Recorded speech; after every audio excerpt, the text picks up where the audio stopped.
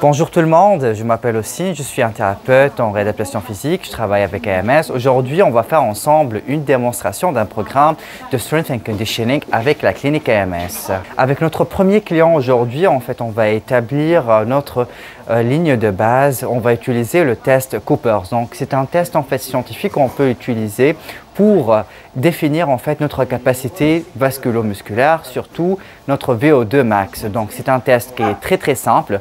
On peut l'effectuer sur une machine de treadmill. C'est une course de 12 minutes. Puis selon ces 12 minutes, on a des échelles à suivre. Puis on va se situer entre médiocre, moyen, bon et excellent. Donc, comme vous voyez ici, on vient de commencer notre évaluation pour le test Cooper. Donc, le client, il doit en fait parcourir le maximum de distance possible sur 12 minutes. Donc, c'est un test qui est simple à effectuer. On peut établir cette ligne de base en utilisant seulement le tapis roulant. Puis, après, on prend les mesures après les 12 minutes et à la suite, on va situer notre client dans la catégorie, comme discuté tout à l'heure, médiocre, bonne, très bonne ou excellente pour sa capacité VO2 max. Bon, dès qu'on a terminé la partie échauffement, on va passer à la partie de la mobilité articulaire. Donc, pourquoi on choisit de faire un enchaînement de mobilité articulaire afin de préparer le corps et toutes les articulations pour le type d'effort qu'on va exécuter par la suite. Donc, c'est un enchaînement qui est très simple. Ça va travailler plusieurs parties du corps où on va essayer aussi de travailler les récepteurs d'équilibre, un petit peu d'activation musculaire au niveau des membres inférieurs. Donc, c'est très simple. On commence tout d'abord avec une grande flexion de la hanche. On va chercher un tout petit peu d'équilibre ici en faisant l'avion. Par la suite, on part en lunge avant. On fait une belle ouverture en arrière. On prend une grande inspiration. On descend avec la main. Belle rotation thoracique. Et ça va nous aider à aller chercher un petit peu d'élasticité puis de la souplesse au niveau de la hanche. On reprend encore une fois le circuit et on commence avec le côté opposé. On remonte avec le genou en haut. On fait notre équilibre en avion. On part avec lunge avant. Grande inspiration. On ouvre bien la poitrine. On descend avec la main. On fait le pigeon stretch. On reprend et je recommence.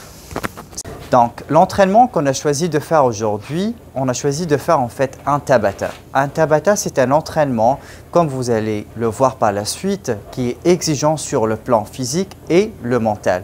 Mais vous allez constater que on a plus de barrières mentales que physiques. On va essayer d'adapter notre entraînement aujourd'hui en circuit. Donc, pour le premier exercice, très simple. Juste tout d'abord, on va vous expliquer un petit peu le ratio effort et récupération. Un pur Tabata, c'est là où on va exécuter un entraînement de 20 secondes d'exercice intensif et 10 secondes de récupération. Pour le premier exercice qu'on a choisi de faire aujourd'hui, pour augmenter un petit peu le rythme cardiaque, on va y aller avec du mountain climber. Donc très simple, on va mettre les deux mains ensemble ici, abdominaux bien engagés, puis on va ramener le genou un tout petit peu haut.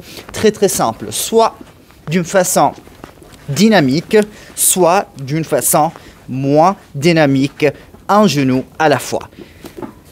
Pour notre deuxième exercice pour la deuxième série, très simple. Donc on va aller avec une combinaison en travaillant les membres inférieurs et en même temps les membres supérieurs. Donc c'est très simple. Ma position de départ, je suis assis au bord de la chaise. J'ai les poids dans la position de shoulder press et je remonte avec maximum d'extension des coudes, je redescends, je contrôle mon mouvement tout le long. Donc là, je suis en train de travailler mes membres inférieurs et en même temps mes membres supérieurs. On va y aller pour 20 secondes d'effort, 10 secondes de repos. Pour le prochain exercice, on va faire une petite combinaison entre la coordination et aussi le renforcement musculaire. Donc notre renforcement musculaire, ça va être la composante de tirage unilatéral. Comme ça, on peut activer tous les groupes musculaires responsables pour le tirage. Mais en même temps, on va ajouter une petite combinaison avec les pieds où on va aller avec des petits pas avant, arrière. On garde ça bien dynamique tout au long. et je tire avec les petits pas. Coordination, membre inférieur et membre supérieur. Prochain exercice, on va travailler un tout petit peu l'explosivité au niveau des membres supérieurs. Donc, on va modifier notre push-up. Ça va être un push-up dynamique sur 2 niveaux. Donc, je vais commencer tout d'abord un tout petit peu large.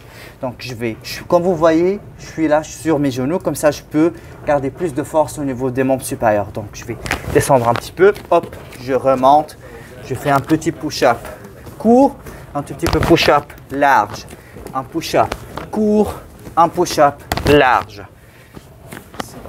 Prochain exercice, on va appliquer des lunges en latéral, mais on va rendre les lunges un tout petit peu dynamiques, un tout petit peu ludiques. Donc, on va utiliser le bossu comme un point de rebond. Donc, très simple, je vais attaquer mon pas en latéral ici. Je prends mon rebond en position de course. Hop, et je pousse. Hop, et je pousse. Pour l'exercice suivant, on va utiliser une planche abdominale, mais on va rendre aussi notre planche dynamique où on doit engager un tout petit peu plus nos muscles de tirage ainsi que nos obliques. Donc, très simple, on va utiliser le kettlebell. Tout d'abord, on va y aller en high plank, ça veut dire qu'on va aller sur les poignets. Donc, très simple, je vais placer mon poids à l'extérieur de mes mains. Ma base, elle est un tout petit peu large pour éviter la rotation du tronc. Très simple. Je prends mon poids, je le mets à l'extérieur, une fois à droite, une fois à gauche. Une fois à droite, une fois à gauche.